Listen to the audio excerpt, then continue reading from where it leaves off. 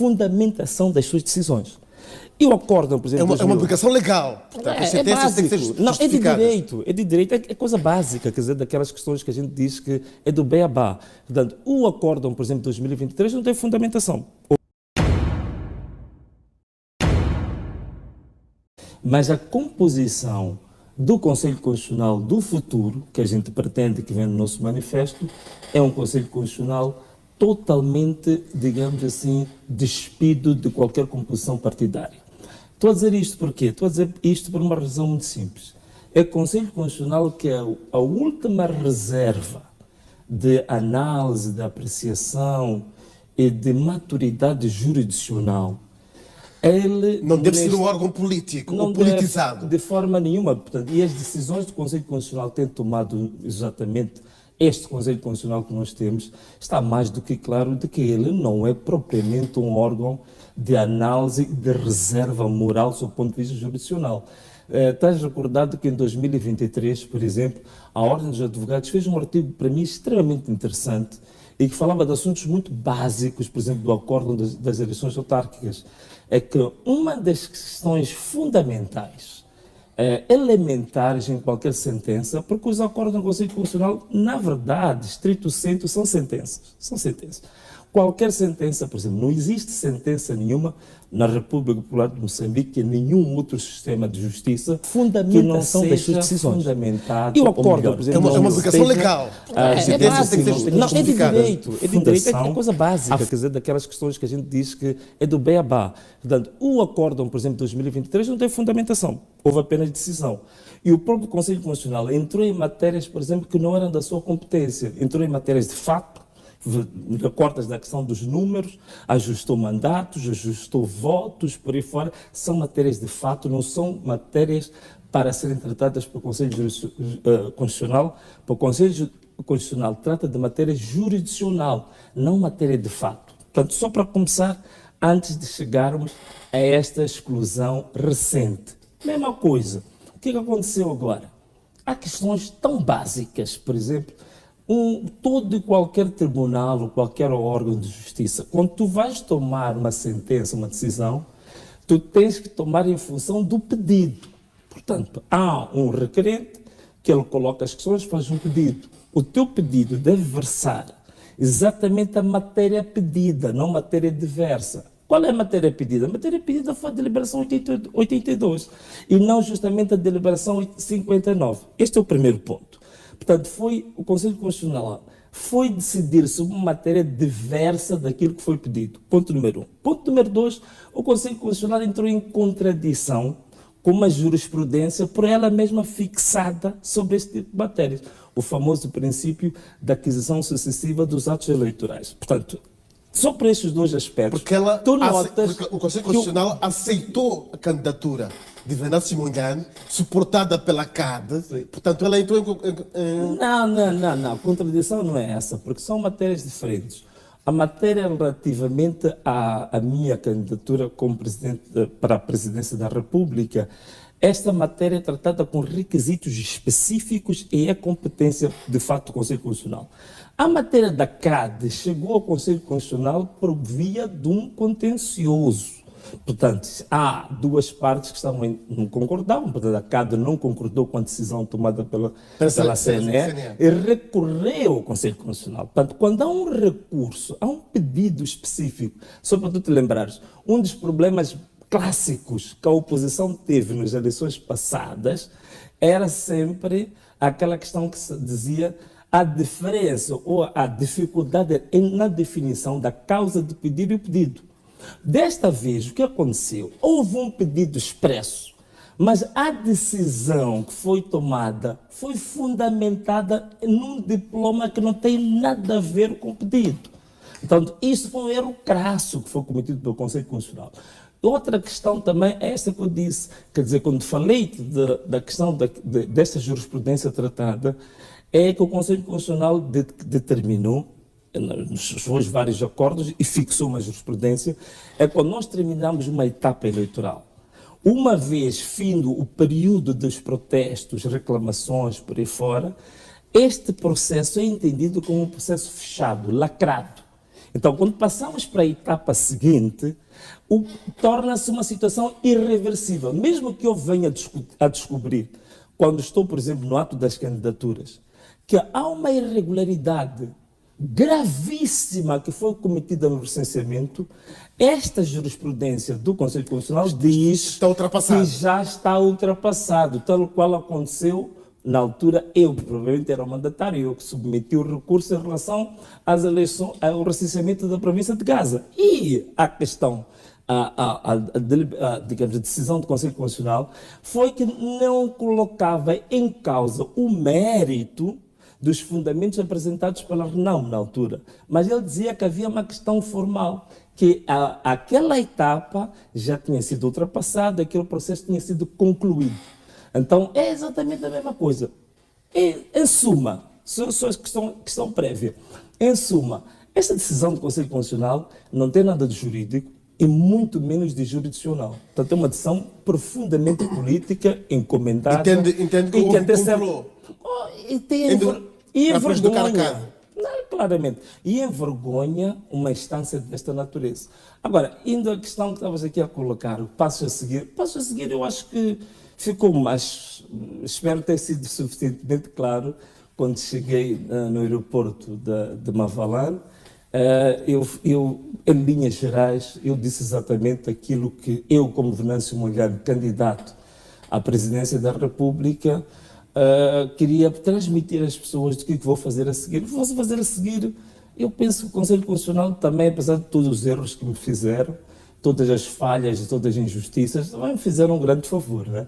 Fizeram-me um favor. Em que sentido? Fizeram-me um grande favor porque, de fato, havia uma grande franja da população moçambicana que achava de que eu tinha que apresentar uma candidatura de uma plataforma que pudesse congregar as várias forças, tanto políticas e não políticas. Então, eu penso que, neste momento, o Conselho Constitucional fez-me o favor de precipitar um bocadinho essa minha situação. Então, agora estou aberto e, justamente, a liderar esta frente ampla, unida, tanto dos partidos... Vai ser um candidato freelancer com vários partidos a suportar? É por aí, a ideia é essa? Freelancer é uma palavra bem engraçadinha sua, mas bom, não vou dizer que é um candidato disponível, eu acho que em melhores condições de poder representar um programa que seja um programa mais inclusivo, um programa mais, digamos que, mais integrador, mais reconciliador. Já tem propostas de alguns partidos políticos? São tantos.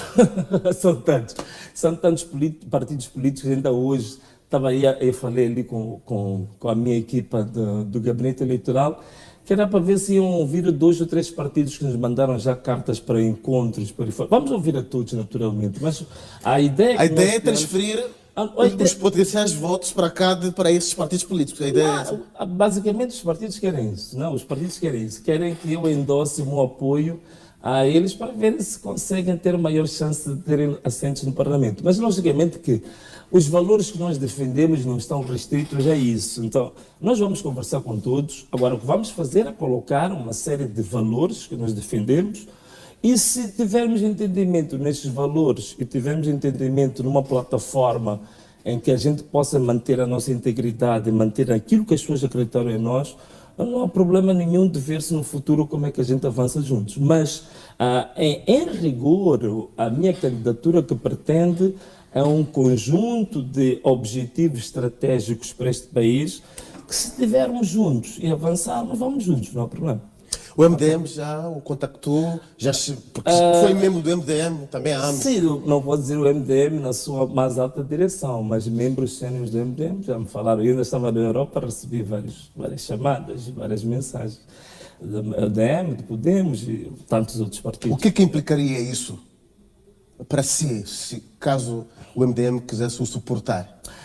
Não tem problema nenhum que se o fizessem, como, por exemplo, já apareceu até um partido publicamente que dizia que para eles o candidato é o Venâncio. Portanto, não tem problema nenhum em suportar-me.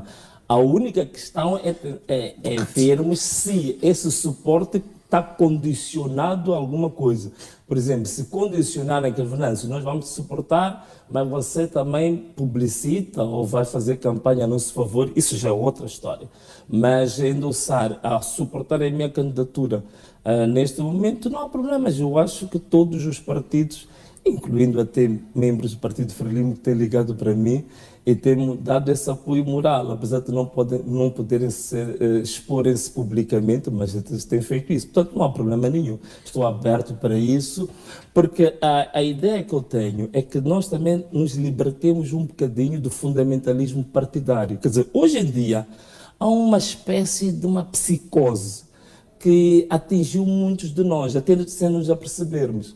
Hoje, quando nós falamos de partidos, o partido já não é uma plataforma pela qual nós arranjamos para defender um projeto político, uma plataforma a partir da qual nós podemos comunicar qual é o pensamento que nós temos para o projeto de sociedade que queremos, já não é isso.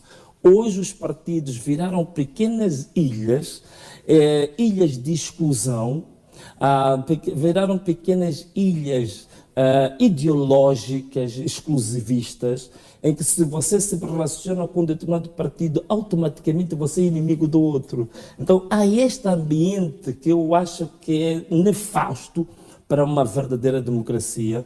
E exatamente isto que também nós temos, aqui temos alguns pontos, quando falamos do manifesto, vamos falar sobre isto, que nós queremos que isto termine. Quer dizer, fazer política sendo partido X, Y e Z, isso tem que ser encarado como uma coisa natural. Quando eu perguntava o que é que isso implicaria, é porque se o MDM o quisesse suportar, teríamos uma situação de dois galos.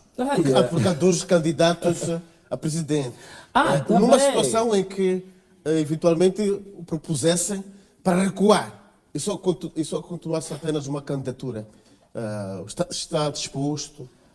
Está disponível nesse sentido? Não, quer dizer, é assim, vou dizer uma coisa. Neste momento, falando de uma forma objetiva, direta, o ideal, aquilo que eu, neste momento, gostaria de representar, é uma ampla frente unida eleitoral para essas eleições de 9 de outubro.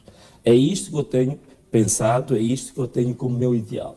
Agora, logicamente, nós estamos num campo em que temos de estar abertos a ouvir propostas, a dialogar, por isso que não há problema nenhum, nós estamos a conversar com todos aqueles que querem falar conosco.